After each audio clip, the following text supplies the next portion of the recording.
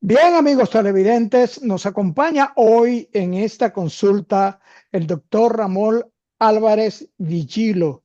El doctor Álvarez Vigilo es neurocirujano cerebrovascular, especialista en cirugía de base de cráneo, a quien le damos la bienvenida a Consulta Participativa. Buenas tardes, muchas gracias Ricardo por la oportunidad. Espero que podamos tener una participación en la cual todos los eh, televidentes puedan entender el tema que vamos a tratar en la tarde de hoy. Así es, doctor, y como usted sabe, el motivo de estas consultas es justamente eso que usted dice, de orientar a los amigos que nos siguen en consulta participativa. Doctor, pero vamos a entrar en materia. Hay una pregunta que nos gustaría saber, doctor, cómo la ciencia va a millón, como decimos. ¿Hay algún avance significativo nuevo en cuanto a la cirugía cerebral y de columna? Claro que sí, la neurocirugía ha avanzado bastante. Eh, Hoy día no es lo mismo los procedimientos quirúrgicos que se hacían hace unos 20 o 30 años. La neurocirugía en todo su campo, no solo en la parte cerebrovascular y de columna, en todas las ramas que, que se definen de la neurocirugía, ha avanzado mucho, sobre todo en nuestro país. La cirugía de columna ha avanzado mucho en los últimos 10 años. Muchos eh, equipos modernos y alternativas modernas que se pueden ofrecer al paciente. Y en la Doctor, parte vascular, pues, y de base de cráneo, a pesar de que habemos pocos acá en el país, pero también ha avanzado bastante. doctor, hay un tema que es el asunto de la hernia de disco, de las hernias intervertebrales. Doctor, ¿qué es una hernia de disco? Bien, una hernia de disco o una hernia discal es una protrusión discal. Y esto lo voy a explicar de una manera sencilla para que puedan entender. Las hernias es una enfermedad degenerativa en la cual se produce una lesión o un daño del disco intervertebral. El disco intervertebral todos lo tenemos en la columna, ¿sí? En todo el trayecto de la columna. Y la función de este disco es amortiguar, es un soporte que tenemos en la columna. En cada vértebra tenemos un disco. Cuando la columna se afecta por diferentes causas, entonces ese disco se desgasta, ese disco se deshidrata, se rompe, y ahí es donde se produce la hernia discal o una protrusión discal. Cabe resaltar que las hernias se pueden presentar en la parte cervical, en la parte dorsal o torácica y en la parte lumbar. De estas, las más frecuentes son las hernias a nivel de la columna cervical y a nivel de la columna lumbar. es la patología más frecuente que vemos nosotros, los neurocirujanos, en la consulta. Doctor, pero estas hernias, ¿qué la produce? ¿Qué tiene que hacer un individuo? Son degenerativas, como usted señala, pero ¿qué produce una hernia? O sea, una persona puede estar bien y comenzar un proceso de hernia. ¿A qué se debe? Roce, mala postura, esfuerzo. ¿Qué produce una hernia discal? Excelente pregunta. Eh, a pesar de ser una enfermedad degenerativa, también puede tener un origen traumático. O sea, dentro de las causas que pueden producir hernias discales, puede ser por un trauma que recibe el paciente directamente a la columna, ya sea en una de sus subclasificaciones, como mencionamos, cervical, dorsal o lumbar, siendo estas las más frecuentes, la cervical y la lumbar. Pero lo que vemos en la práctica, en la consulta, es la causa degenerativa. Esa es la causa más frecuente. ¿Y por qué se producen hernias en los pacientes? Fíjense, Ricardo. Las hernias que no solo se producen en pacientes de edad avanzada, en nuestra consulta tenemos pacientes jóvenes de 30 años de edad con hernias discales.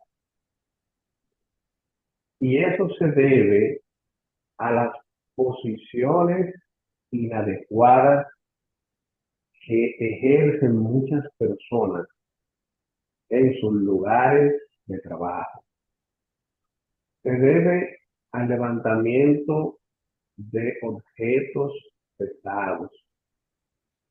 Se debe a posiciones inadecuadas que se hacen en diferentes lugares, por ejemplo, en el gimnasio, cuando el paciente realiza un esfuerzo físico de una manera inadecuada, se puede producir una lesión del disco y eso produce una hernia. ¿Qué sucede? Que primero se produce una hernia en un solo espacio, pero si no es tratado el paciente, esa hernia puede seguir aumentando y puede provocar otras hernias consecutivas. Por eso se dice que es una enfermedad degenerativa. Entonces, en la consulta vemos muchos pacientes que trabajan en oficina, que adoptan posiciones inadecuadas al sentarse, o pacientes que duran mucho tiempo sentados, y con el tiempo, ese disco que yo les mencioné, que la función de él es amortiguar, con el tiempo ese disco se va degenerando, se va desgastando. Y cuando se degenera el disco, entonces se produce la hernia discal. Y ahí es donde el paciente acude a la consulta, muchos acuden a consulta a tiempo, porque el principal síntoma que tiene el paciente es el dolor, y cuando se detecta una primera hernia, el paciente puede recuperarse y llevar una vida sin complicaciones, si se trata bien. Sí, doctor, usted señala algo muy importante, porque como usted sabrá, el mejor médico que tenemos los dominicanos es el vecino que nos da un remedio. Cuando una persona se da cuenta, siente cuáles son las sintomatologías que pueden llamar la atención de una persona de que está padeciendo de un daño en el disco o de una hernia discal. porque acuérdese, doctor, que, me duele un poquito la columna. No, eso fue que me bajé. Ponme un poquito de Bengay aquí, fulano, frótame un poquito eso. ¿Cuál es el aviso que debe llamar la atención para que una persona acuda a donde el profesional de la salud? El principal síntoma de las hernias discales es el dolor. Es el principal síntoma. Y es por el cual los pacientes acuden a la consulta. ¿Qué sucede? En el caso de las hernias lumbares, usted tiene que hacer diagnóstico diferencial con otras enfermedades que también pueden producir dolor y pueden simular que el paciente tenga una hernia. Pero le voy a poner un ejemplo práctico. Los pacientes con hernias discales a nivel lumbar inician con un dolor en la región lumbar, o sea, en la espalda baja. Ese es el principal síntoma. Ese dolor puede irradiarse, o sea, puede pasar a uno o a ambos miembros inferiores, o sea, a las piernas. Cuando el paciente no acude a tiempo a consulta y deja que ese dolor siga evolucionando, entonces aparecen otros síntomas. Por ejemplo, las sensaciones parestésicas. Las sensaciones parestésicas son calambre, sensación de hormigueo, corriente que sienten los pacientes en las piernas. Y entonces, ahí el paciente acude a la consulta con el neurocirujano o con un cirujano de columna. Recuerda que nosotros los dominicanos tendemos a automedicarnos, ¿sí? Que lamentablemente está mal, pero es costumbre. Entonces, cuando el paciente tiene un dolor eh, sutil, un dolor que no lo imposibilita, el paciente toma algún tipo de analgésico, muchos mejoran el dolor y continúan su vida normal. Cuando el paciente ya tiene un dolor intenso que no mejora con los analgésicos habituales, entonces es allí donde el paciente acude a la consulta. Doctor, ¿pudiera o se dan los casos de pacientes que luego de ese proceso que hacemos de manera voluntaria de tomar analgésicos no indicado por el profesional de la salud, pudiera llegar un paciente a la consulta en condiciones irreversibles con una hernia discal? Sí. Existen casos en los cuales las hernias son quirúrgicas. Hay pacientes que llegan a la consulta ya cuando no aguanta el dolor, han consumido todo tipo de analgésicos, continúan con dolor. Muchos han acudido a varios colegas de otras especialidades y también continúan con el dolor. Entonces, en esos casos, ya la hernia ha aumentado de tamaño. Cuando la hernia aumenta de tamaño, entonces comprime el nervio. Al comprimir el nervio, se produce, los síntomas de dolor se agravan y se acompañan de otros síntomas, como acabo de mencionar, que son las sensaciones parestésicas. Cuando evaluamos a ese paciente y le indicamos una resonancia magnética de columna, que es la que nos permite a nosotros determinar si ese paciente requiere cirugía o no, dependiendo del tamaño de la hernia, entonces ahí nosotros determinamos si el paciente es candidato a cirugía o si es candidato a otras terapias alternativas. La cirugía no es la única alternativa. La cirugía en muchos casos va a ser la última opción para el paciente, pero eso va a depender de cada caso. Hay pacientes eh, que llegan a la consulta con varias hernias, dos, tres, cuatro hernias, con un dolor insoportable, que ya son resistentes a los analgésicos, que han pasado por varias terapias alternativas, y ya en estos pacientes, evidentemente, la última opción o la única opción que se puede ofrecer para ellos es la cirugía. Por eso es importante que el paciente, cuando tenga un dolor lumbar, que no mejore con analgésicos habituales, acuda a la consulta.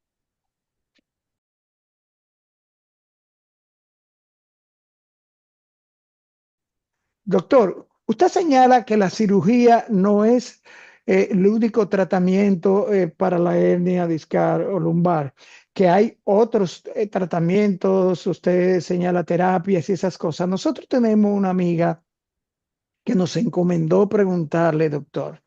Ella fue diagnosticada con una hernia discal, fue sometida a una cirugía. A los 2 meses le dijeron que había que someterla a otra cirugía, pero tiene temor porque después de la primera cirugía, dice ella que se está quedando petrificada, que ha perdido la movilidad porque el dolor es inaguantable. Pregunta, ¿es esto, una hernia discal puede conducir a perder la persona la movilidad? ¿Puede una persona tener más de una hernia discal? Excelente pregunta. Es un caso muy interesante. Fíjese. Eh, Primero hay que conocer cuáles son los antecedentes de esta paciente. Antes de uno operar a un paciente, uno tiene que evaluar al paciente y conocer cuáles son sus antecedentes, de qué padece. Por ejemplo, pacientes diabéticos, los pacientes diabéticos tienden a, a tener una enfermedad que se llama neuropatía periférica que produce calambre, ¿sí?, en los miembros inferiores. Entonces, a los pacientes de hernias discales, y sobre todo como usted señala, que tienen varias hernias discales, antes de someterlo a un procedimiento quirúrgico, cuando ya usted determinó que su paciente es candidato a cirugía, usted debe de realizar un estudio neurofisiológico, un estudio que se llama electromiografía y velocidad de conducción nerviosa, porque eso nos permite a nosotros saber qué daño tiene el paciente.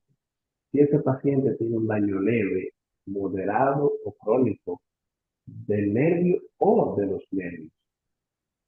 Porque como usted señala, los pacientes pueden tener varias hernias, no solo una hernia. Entonces, hay que ver muchas condiciones en un paciente de cirugía de columna, no solo la hernia. En el caso de la señora que se operó, ¿sí?, y quedó con aparentemente un déficit, como usted lo está señalando, hay que ver qué pasó, qué sucedió en esta cirugía. Cada caso es individual. Hay que evaluar a los pacientes. Si ella fue sometida a un procedimiento quirúrgico y quedó con algún defecto, todavía tiene dolor, es una paciente que hay que revalorarla, hay que determinar si esa paciente eh, se sometió al tratamiento quirúrgico, perdón, por una microdisectomía o si fue sometida a un tratamiento quirúrgico por una artrodesis lumbar en la cual se colocan barras y tornillos. O sea que es un caso muy interesante que habría que evaluarlo, examinarlo, para poder decir con exactitud, ese paciente tiene un daño leve, tiene un daño moderado, tiene un daño crónico del nervio. Yo les recomiendo que visite nuevamente a su médico, ¿sí? Para que se sometió a la cirugía y que confíe en su médico. Y si no es así, que busque una segunda opinión en la cual ella se sienta convencida, que se sienta a gusto con lo que el médico pueda referir. Doctor, oyendo viendo la pregunta de esta amiga, de una dama de 52 años, las hernias discales, una vez practicadas los procedimientos quirúrgicos, primero, ¿cuál es el tiempo de recuperación? Segundo, ¿pueden volver a reproducirse otras hernias discales? Y tercero, doctor, ¿cuál es la expectativa de riesgo de muerte por causa de hernia discal? Okay. Las hernias discales, eh, como le mencioné, es la patología más frecuente que vemos en la consulta. Hoy día, con el avance, con la tecnología que existe, eso quiero aclararlo, es muy difícil que un paciente se quede sin caminar o que un paciente quede con alguna lesión neurológica después de un procedimiento quirúrgico. Y qué bueno que hablamos de este tema y me haces esa pregunta porque en el país todavía existe el tabú de que si me opero de una hernia me quedo sin caminar. Yo quiero decirle al público, a las personas que ven este precioso programa, que eso no es así. Si el paciente está en manos expertas, que conocen la anatomía y que se utilizan los equipos eh, que, se, que están disponibles hoy en el mercado para realizar este tipo de cirugías, es un paciente que tiene una eh, tasa de satisfacción y de probabilidad de que su cirugía sea exitosa de un 100%.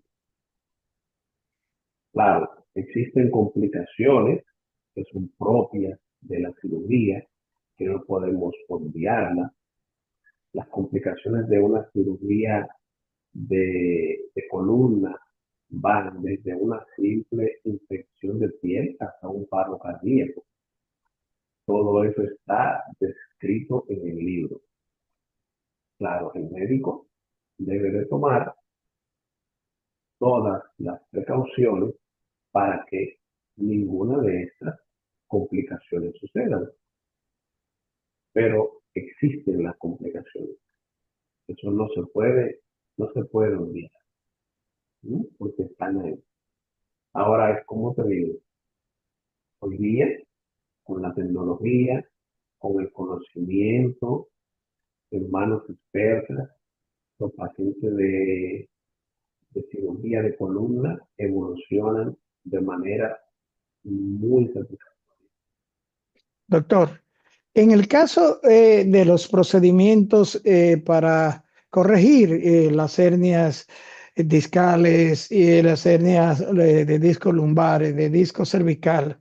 En el caso de estos procedimientos, ¿hay algún procedimiento que conlleve, como dice la gente, a colocación de prótesis, de tornillos, de bandas metálicas en este tipo de cirugías?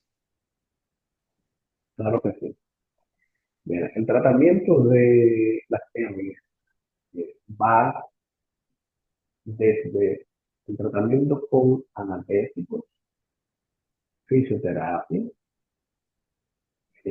terapias alternativas como el bloqueo macetario, epidural, sonoterapia y los eh, tratamientos con prótesis, que es la que usted está mencionando. Cabe destacar que no todos los pacientes son candidatos para colocarle instrumentos, ¿sí? Sin embargo, tenemos que dividir cada entidad. Por ejemplo, en el caso de las hernias de la columna cervical, eh, la mayoría de los procedimientos que se hacen en columna cervical llevan prótesis,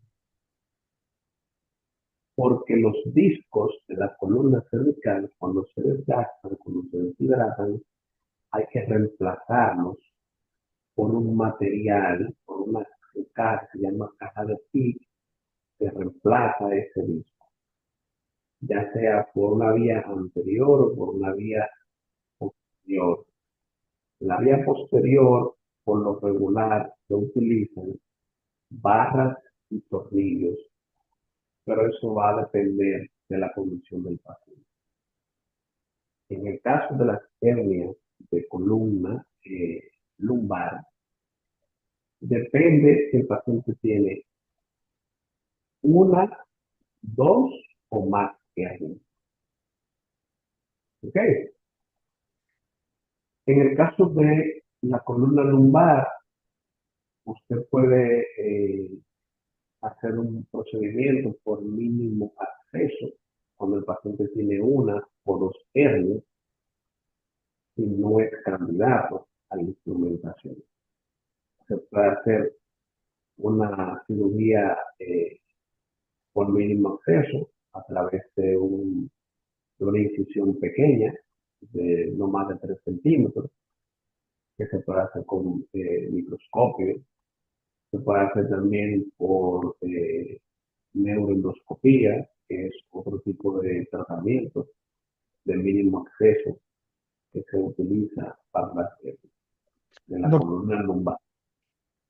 Ahora bien, cuando el paciente tiene varias hernias en la columna lumbar, 3, 4 hernias, eh, ya por lo regular ahí esos pacientes necesitan de material de osteosíntesis, que es lo que usted se refiere, que son barras y tornillos de titanio, ¿sí?, que se colocan al paciente. Eso hay que aclararlo también. Hoy día esos tornillos son de titanio, son un material avalado por la FDA, un material que se coloca a los pacientes con buenos resultados, que anteriormente se colocaban tornillos de otro material, por eso las personas todavía también existe ese tabú de que si me colocan tornillos cuando pasan por una máquina de rayo X, que va a sonar la alarma o si me voy de viaje, pues ya está con la tecnología, eso ha ido cambiando, ¿sí? Y ahora se colocan esas barras y esos tornillos de titanio, que luego que se colocan eso es permanente, eso permanece durante toda la vida y el paciente no debe porque tener ninguna complicación. Doctor, en el caso del procedimiento de quimionucleosis lumbar con quimiopapina, nos indica este procedimiento por el asunto de la quimio que puede haber problemas de cáncer en la columna? No, no. Eso es un procedimiento mínimamente invasivo. Existe, eso es para las hernias de columna lumbar. Para los tratamientos de columna lumbar existen aproximadamente unos 20 o 25 tratamientos. Aparte del bloqueo epidural, del bloqueo planetario, de la quimioprotosis, de la ozonoterapia, existen también la radiofrecuencia, la plasmaféresis. Hay muchas opciones de tratamiento que existen para la hernia de disco lumbar. Ya hoy día eso es un tratamiento de obsoleto que no se utiliza porque se ha demostrado que no tiene un efecto regenerativo. Y cuando se inició este tipo de tratamiento, la intención era regenerar, perdón, el disco, ¿sí? Donde estaba la hernia. Y, vamos a decirlo eh, científicamente, ¿no? Eh, la, la fisiopatología de este tratamiento es o era que con la administración de esa sustancia, el disco se regeneraba y la hernia reducía su tamaño. Por lo tanto, el disco volvía, según la teoría, volvía a su estado natural. Con el tiempo se comprobó que eso no sucede, al igual como otras opciones de tratamiento que también se utilizaban para la regeneración del disco, pero lamentablemente todavía no existe un medicamento que sea biorado o inyectado que produzca una regeneración del disco. Esas son opciones terapéuticas alternativas, paliativas, que no son definitivas. Son opciones terapéuticas que en los pacientes, por ejemplo, hay pacientes que no quieren operar y uno tiene que respetar la decisión del paciente. Entonces, en ese tipo de pacientes, tú tienes opciones de tratamiento que pueden ofrecerle para disminuir el. Cabe resaltar que esas opciones de tratamiento pueden durar una semana, 15 días, un mes, 6 meses, un año. Todo va a depender de cada caso y de cada paciente particular. Doctor, se nos acabó el tiempo, pero no queremos despedir esta consulta sin que usted le diga a los amigos qué hacer para evitar, qué hacer para mantener cuidado y evitar la formación de estas hernias discales y lumbares. Lo primero es que hay que mantener una posición, una postura adecuada. Los pacientes que trabajan en oficina, las personas que trabajan en oficina, deben de sentarse correctamente. Hay muchos pacientes que tienden a escribir de una manera incorrecta, van hacia adelante y adoptan una posición encorvada. Y con el tiempo, eso produce trastorno de la columna, produce degeneración de la columna, ya sea cervical o lumbar. Entonces, yo les recomiendo a los pacientes que se mantengan erguidos, que compren una silla ergonómica, los que permanecen mucho tiempo sentados, que se paren cada una hora y caminen para que el disco no se mantenga sufriendo, evitar los levantamientos de objetos pesados de manera inadecuada para aquellas personas que van al gimnasio, personas que trabajan en trabajos que hacen esfuerzo físico. Muchas veces las recomendaciones, como yo le digo a los pacientes, son muy bonitas porque están en el libro, pero en la vida real hay pacientes que lamentablemente no pueden llevar las recomendaciones. Pero para aquellos que sí pueden llevar ese tipo de recomendaciones, traten de adoptar posiciones adecuadas, de no levantar objetos pesados innecesariamente, eh, dormir con una sola almohada. ¿Sí? Hay personas que duermen con dos almohadas, entonces el cuello le queda en una posición de flexión o de extensión, y con el tiempo esos pacientes van a padecer de hernia de la columna cervical o de rectificación de la columna. Bien, doctor, se nos fue el tiempo, pero tenemos que comprometerlo públicamente porque se nos quedó todo lo que tiene que ver con la cirugía cerebrovascular y base de cráneo. Y no queremos despedirle sin que usted le diga a los amigos dónde contactar al doctor Ramón Álvarez Villilo. Claro que sí, nosotros estamos ubicados en el Centro Médico UCE, a Avenida Pedro Enrique Sureña, número 69, en el edificio profesional número 1, en el consultorio 205, en el segundo piso, y pueden contactarnos al número 829-641-5658.